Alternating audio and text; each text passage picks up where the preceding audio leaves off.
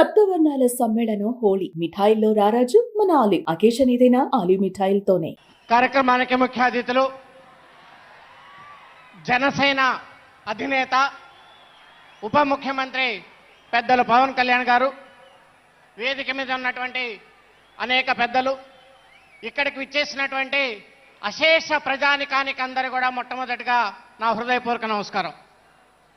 ఈ భారతదేశంలో అనేక రాజకీయ పార్టీలు ఉంటాయి.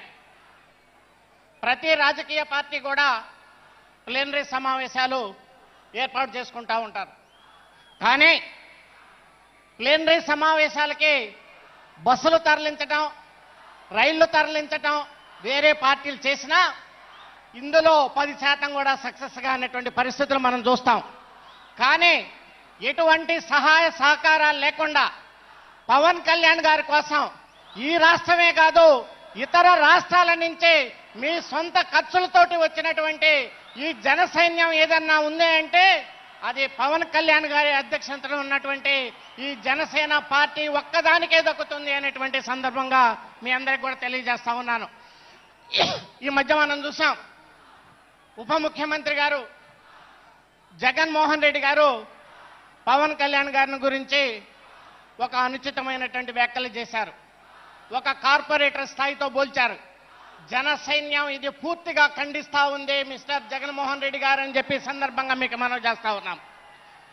మీ అందరికీ తెలుసు, మన దేశ ప్రధాని గారే పవన్ కళ్యాణ్ గారిని గురించి సాక్షాత్తు పార్లమెంటు సెంట్రల్ హాల్లో ఏ పవన్ నహీ హై ఆంధీ హై అన్నారు దేశ ప్రధాని గారు.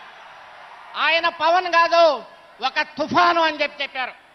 ఈరోజు ఎన్డీఏకి, కూటమికి ఇటు రాష్ట్రంలో కానీ అటు దేశంలో కానీ ప్రభుత్వాలు ఏర్పడినాయి అంటే అది ఒక్క పవన్ కళ్యాణ్ గారి ద్వారానే ఏర్పడింది అనేటువంటి విషయం అటు ఢిల్లీ పెద్దలకు తెలుసు, దేశంలో ఉన్నటువంటి అనేక రాజకీయాల నాయకులకు తెలుసు.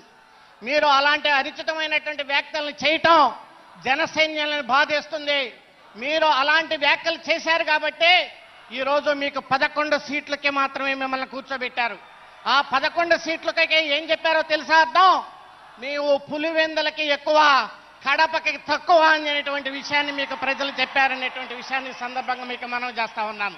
మొన్న జరిగినటువంటి మహారాష్ట్ర ఎన్నికల్లో పవన్ కళ్యాణ్ గారు వెళ్తే ఎక్కడెక్కడ ప్రచారం చేశారో ఆ సీట్లన్నీ కూడా బ్రహ్మాండంగా గెలిచినాయి.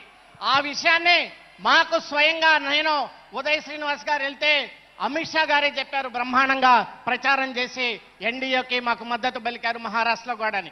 అలాంటి వ్యక్తి మరి ఈరోజు పవన్ కళ్యాణ్ గారు ఇంగ్లీష్ మాట్లాడగలరు, హిందీ మాట్లాడగలరు, అలాగే తమిళ్ మాట్లాడగలరు, కన్నడ మాట్లాడగలరు, అన్నిటికంటే తెలుగు బ్రహ్మాండంగా మాట్లాడగలరు. మీరు తెలుగుకి ఎక్కువ, ఇంగ్లీష్కి తక్కువ మిస్టర్ జగన్మోహన్ రెడ్డి అనేటువంటి విషయాన్ని కూడా సందర్భంగా మనవి చేసుకుంటాం.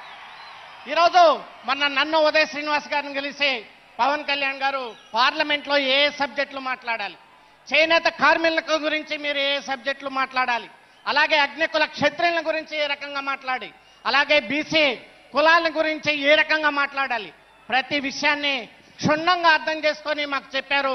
ప్రజల పట్ల అవగాహన కలిగినటువంటి వ్యక్తి పవన్ కళ్యాణ్ గారు అని చెప్పేసి సందర్భంగా మీ అందరికీ మనం చేసుకుంటూ ఆయన బాటలో నడవాల్సినటువంటి బాధ్యత మన అందరికి కూడా ఉందని సందర్భంగా మనవి చేసుకుంటూ ఈ అవకాశం ఇచ్చినటువంటి పెద్దలకి నా హృదయపూర్వక ధన్యవాదాలు.